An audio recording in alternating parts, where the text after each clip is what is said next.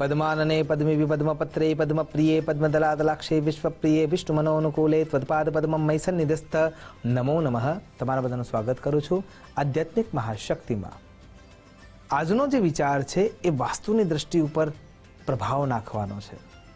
તો ખરા અર્થમાં જો વિચાર કરીએ તો વેદ દોષની જે નકારાત્મક અસર છે એ કેવી રીતે દૂર કરી શકાય, અથવા એ વેદ દોષ આપણને લાગે છે કેવી રીતે।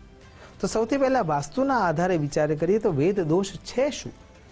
વેદ દોષ એને કહેવાય છે કે જે ઘરની આસપાસ, ઘરના દરવાજાની સામે અથવા જે પ્લોટ તમે લીધો છે એ પ્લોટના અંદર કોઈપણ એવી નકારાત્મક વસ્તુ અથવા તત્વ જે પદાર્થ તમારા ઘરના અંદર નકારાત્મકતા ઊભી કરનાર છે એને વેદ કહેવામાં આવે છે। તો જ્યારે પણ માની લો કે તમે ઘર લઈ લીધું છે અને પ્લોટ લઈ લીધો છે અથવા કોઈ જગ્યાએ તમે મકાન છે એ તૈયાર કરી દીધું છે, તો કયા કયા દોષ એવા છે જે ઘરના અંદર વાસ્તુ દોષ તરીકે ઊભા થઈ શકે એમ છે અથવા આપણને નુકસાન કરી શકે એમ છે। તો સૌથી પહેલો જે દોષ છે, જો તમારા ઘરના અંદરથી બહાર નીકળતાની સાથે જે પ્લોટ છે એનો જે મેઇન ગેટ છે અથવા ઘરનો જે મેઇન ગેટ છે ત્યાં સામે કોઈ વિશાળ વૃક્ષ છે, તો સમજવાનું કે પહેલો વેદ દોષ ત્યાં જોવા મળે છે। જો એ વૃક્ષ કાંટાળું છે અથવા દૂધ જો એને તોડવામાં આવે ને એમાંથી દૂધ નીકળી રહ્યું છે એટલે કે દુધાળું છે, તો એ વેદ દોષ વધારે પ્રબળ થઈ જાય છે। અને એટલા માટે કાંટાળું અથવા વિશાળ વૃક્ષ અથવા જે દુધાળું વૃક્ષ છે એ ઘરના આગળ જ્યારે દરવાજાના સામે જ એ છે, તો એ તમારા ઘરને નુકસાન કરવાવાળું છે, નકારાત્મક ઉર્જા આપનારું બની રહેશે। ત્યાં એન્ટ્રન્સમાં જો પીપળો છે તો પીપળો ઓક્સિજન આપે છે, સત્ય છે, એમાં ભગવાનનું સ્વરૂપ છે એ સત્ય છે, પણ જો એના મૂળ છે એ ચારે બાજુ ફેલાવાના કારણે થઈને એ પણ નિષિદ્ધ ગણવામાં આવે છે। એટલા માટે એ વ્યવસ્થા પહેલાંથી જોઈ લેવી જોઈએ, કેમ કે પીપળાને છેદી પછી શકાતું નથી। એટલા માટે એ વ્યવસ્થા સૌથી પહેલી જોવી જરૂરી છે કે વેદ દોષ ઊભો થાય એ પહેલાં એની વ્યવસ્થા શું છે। અને એટલા માટે એ વિચારવું જરૂરી છે કે ઘરના સામેના ભાગમાં જ્યારે તમે ઘરની અંદરથી બહાર પગ મૂકી રહ્યા છો ત્યારે જે નકારાત્મક પદાર્થોમાં જો દ્વારના સામે કોઈ મોટું વૃક્ષ આવી જાય છે, કાંટાળું વૃક્ષ આવી જાય છે, દુધાળું વૃક્ષ આવી જાય છે, તો ઘરમાં વેદ દોષ ગણાય છે ને ગણાય જ છે। ઘરના આગળ નીકળતાની સામે ત્યાં ગટર લાઈન આવી રહી છે, ગંદી વ્યવસ્થા છે, કચરો નાખવામાં આવવા માટેની જે ડસ્ટબિન છે એ ડસ્ટબિન મૂકેલું છે, ત્યાં નકામો ભંગાર પડ્યો છે, કપાયેલા લાકડા પડેલા છે, તો પણ વેદ દોષ ત્યાં જોવા મળશે।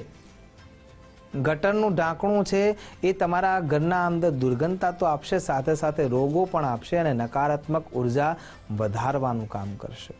શરીરનું સ્વાસ્થ્ય પણ બગડશે અને એના કારણે થઈને દૂષિત વિચારો પણ તમારા ઘરના અંદર પ્રવેશ કરશે। એટલા માટે જે કોઈ પણ પ્લોટ લઈ રહ્યા છો, જ્યાં તમે ઘર લઈ રહ્યા છો અથવા ઘર લઈ લીધું છે ને આવી કોઈ વ્યવસ્થા જો ઘરના દરવાજાના સામે જોવા મળે છે, તો એનું કોઈ નિરાકરણ કરવું જરૂરી થઈ જાય છે। ત્યાં પછી કપૂરનો ધૂપ પણ નહીં ચાલી શકે। એના માટે એનું નિરાકરણ સુયોગ્ય રીતે કરવું ખૂબ જરૂરી થઈ જાય છે, કેમ કે એ તમારા સ્વાસ્થ્ય સંબંધી વિચાર આવે છે। એટલા માટે એ વેદ દોષનો નાશ કરવો જરૂરી છે। ત્યાંથી આગળ જો વિચાર કરીએ તો જો ઘરના આગળ કોઈ જગ્યાએ વહેતું પાણી હોય, એટલે કે કેનાલ પસાર થતી હોય, નદી પસાર થતી હોય, પાછળના ભાગમાંથી પસાર થતી હોય ત્યાં સુધી યોગ્ય છે, પણ જો એન્ટ્રન્સના ભાગમાંથી પસાર થઈ રહી છે તો વેદ દોષ લાગુ પડે છે। એ ઘરના અંદર વધુ ખર્ચા ઉત્પન્ન કરવાનું કાર્ય કરશે અને એટલા માટે પણ આ વ્યવસ્થા જોવી જરૂરી છે। અન્ય મકાનનો દરવાજો તમારા સામે જ જો એન્ટ્રન્સના સામે જ ખુલી રહ્યો છે તો પણ એ જગ્યાએ વેદ દોષ જોવા મળશે અથવા ઊભો થશે અને એના કારણે થઈને તમારા ઘરમાં જે ક્લેશ છે એ વધતો જશે। પરસ્પરના વિચારો, સામેના જે તરંગો છે એ યોગ્ય નહીં હોય તો એ તરંગો તમારા ઘર સુધી પહોંચી શકવાના છે અને એના કારણે થઈને પણ ત્યાં વેદ દોષ ઉત્પન્ન થતો જોવા મળશે। ઘરના મુખ્ય ગેટના બાજુમાં જો એક થાંભલો તૈયાર કરેલો છે અને કેવળ એ થાંભલો ત્યાં પ્રશસ્ત રૂપે સ્થિર છે, તો ઘરના અંદર જે બેન દીકરીઓ છે, માતા બહેનો છે, એમના માનસ પર ભાર રહેવાની શરૂઆત થશે અને એ ભાર ધીરે ધીરે જે કમાવનાર વ્યક્તિ છે, ઘરના અંદર પૈસો લાવનાર વ્યક્તિ છે, એમાં પણ ટ્રાન્સફર થતો જોવા મળશે। એટલે સારામાં સારું ઘર બનાવ્યું હોવા છતાં પણ અનિચ્છનીય રૂપે તમે થાકશો, હારશો, એનું એકમાત્ર કારણ એ વેદ હશે. નો ડાઉટ વ્યવસ્થાના ભાગમાં જો એ વ્યવસ્થા થઈ ગઈ છે અથવા અન્ય વેદ દોષ ઉત્પન્ન થયા છે તો એના નિરાકરણ માટેના રસ્તા શાસ્ત્રોમાં બતાવેલા છે. પણ પહેલેથી એ જોવું જરૂરી છે કે મારા ઘરના આગળના એન્ટ્રન્સ ભાગમાં ક્યાંય ભંગાર પડી રહ્યું નથી, ક્યાંય કપાયેલા લાકડા પડી રહ્યા નથી, કોઈ કચરો પડી રહ્યો નથી, ચાટ કે એવી કોઈ વ્યવસ્થા નથી, ગટરની વ્યવસ્થા નથી.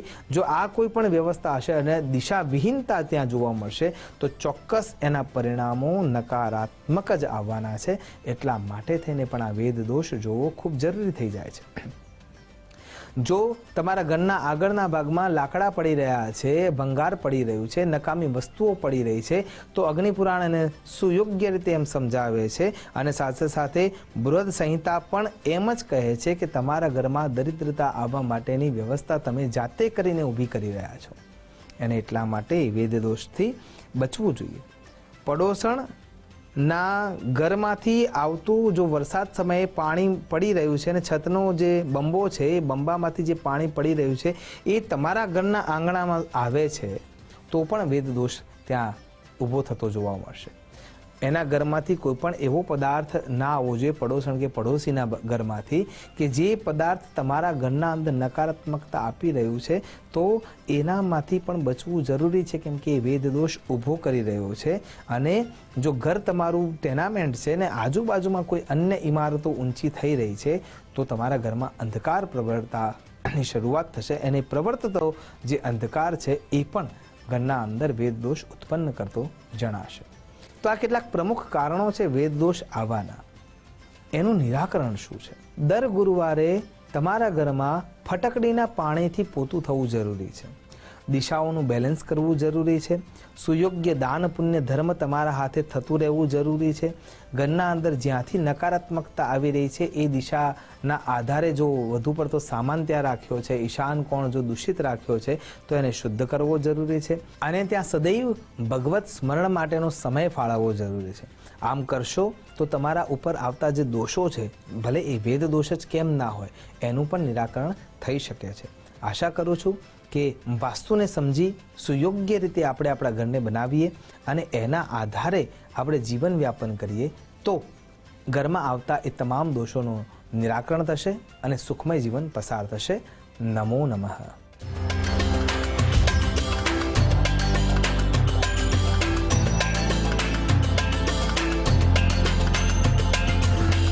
મિત્રો, આજે આપણે દર્શન કર્યા મહેસાણાની અસ્મિતા સમાન તોરણવાળી માતાજીના. ભક્તોની તમામ મનોકામના જે માતાજીના આશીર્વાદથી પૂર્ણ થાય છે.